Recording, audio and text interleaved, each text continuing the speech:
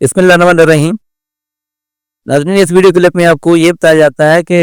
جو سندھ طاس معاہدہ ہے اس کی ایک اہم شق یہ ہے کہ نیچے والے ٹھیک ہے، یہ تین دریا جو ہیں، دریائے بیاس، ستلج اور راوی جو ہے یہ تو مکمل طور پر انڈیا کے، اور اوپر والے تین جو ہے نا دریائے جناب جہلم اور دریائے سندھ جو ہے نا یہ پاکستان کے حصے میں۔ اس میں ایک شق یہ ڈالی گئی ہے کہ انڈیا جو ہے نا اوپر والے تین دریاؤں کے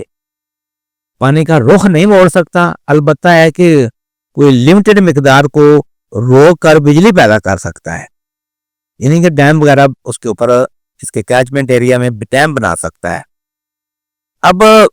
بات یہ ہے کہ یہ نیچے والے تینوں دریا جو ان کی کیپیسٹی بڑی مشکل ہے، ٹوٹل جتنا پانی آ رہا ہے اس کا 20-25% ان میں آتا ہے، باقی سارا تو ہمارے دریاؤں میں آتا ہے۔ اب اسے ہضم نہیں ہو رہا، اس وعدے کو توڑنا چاہتا ہے۔ انڈین وزیر اعظم نے اعلان کر رکھا ہے کہ پاکستان کو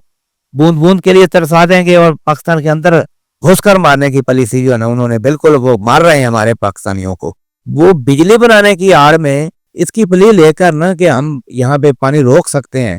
لیکن پانی کو صرف روک سکتے ہیں، اس کا رخ نہیں موڑ سکتے۔ اگر اس آڑ میں وہ دریائے چناب سے پاور پمپیں کے ذریعے اور دریائے جہلم سے جو کشن گنگا ڈیم کی سرنگوں کے ذریعے پانی چراتا ہے نا، تو یہ اس طرح پاکستان کو چاہیے کہ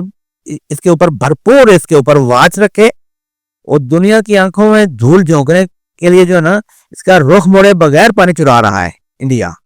اب جو پہلگام کشمیر کا سیاحوں کا قتل کا آرکسٹریٹڈ واقعہ انڈیا نے کیا ہے،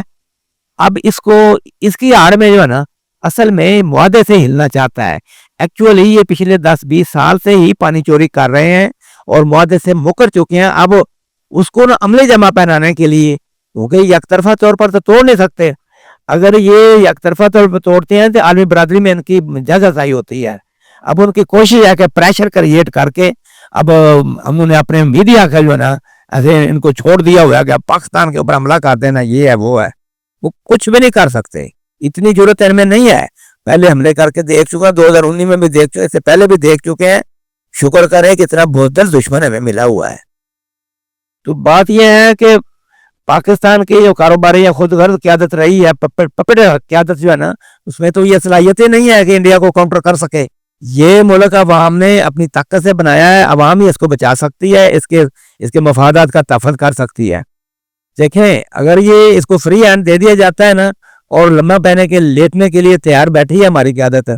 تو یاد رکھیں کہ پانی کی بندش پر سسک کر مرنے سے بہتر ہے کہ یک بارگی مر جائیں، کیونکہ انہوں نے جس طریقے سے اتنی بڑی طاقت کے باوجود اگر ہم